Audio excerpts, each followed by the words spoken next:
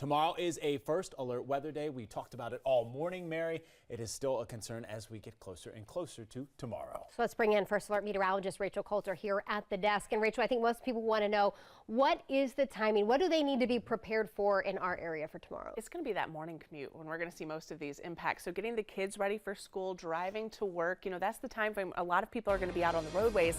And not only will visibility be low from what is going to be a strong line of storms moving through, but we're absolutely going to want two hands on the steering wheel. We've got some strong winds that are going to be moving in. We have been talking about tomorrow since the start of last week. We've had some high confidence just in the pattern that would be evolving, that we would see a thread. We had that first alert in place since last week, and as that confidence continues to increase, we upgraded that yesterday to a first alert weather day. So far, we just showed you some of the video of the damage from this same system, and we still have ongoing severe thunderstorm warnings. You've got tornado warnings in place, especially out towards Louisiana on the backside of this low pressure system.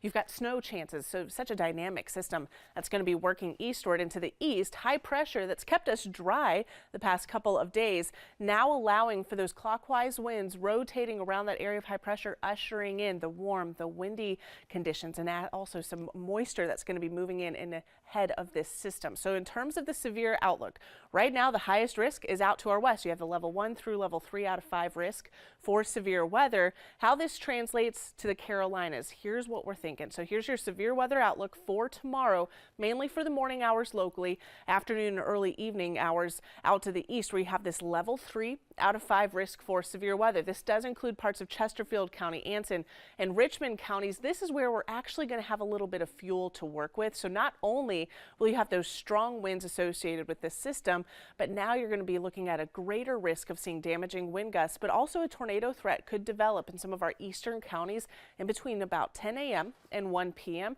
We have a level 2 out of 5 risk that extends down towards I-77. This does include parts of the Charlotte metro, and this is where we have scattered potential for strong to severe thunderstorm warnings capable of producing damaging wind gusts. When you see wind gusts up to about 58, if not 60 miles per hour, that can down trees, that can down power lines, so your power may go out. It's going to be something to keep in mind driving on the roadways as well. Our western counties have the possibility of severe storms. I think the heavy rain, the gusty winds, the thunder and lightning, that's likely. It's possible you get an isolated severe storm, but where we have the better ingredients for that, that's going to be in our central and our eastern counties heading into the morning hours tomorrow. And I mentioned this before, even if you don't get a severe storm, not everyone will see one tomorrow. Everyone will see the heavy rain and the gusty winds, which will reach up to about 40 miles per hour in the Charlotte metro and surrounding areas, up to about 50 miles per hour. So pretty close to severe limits, even outside of any thunderstorm activity in some of our mountain communities. So let's time this out now. We're going to stay dry through most of the day. A few spotty showers are going to be a possibility.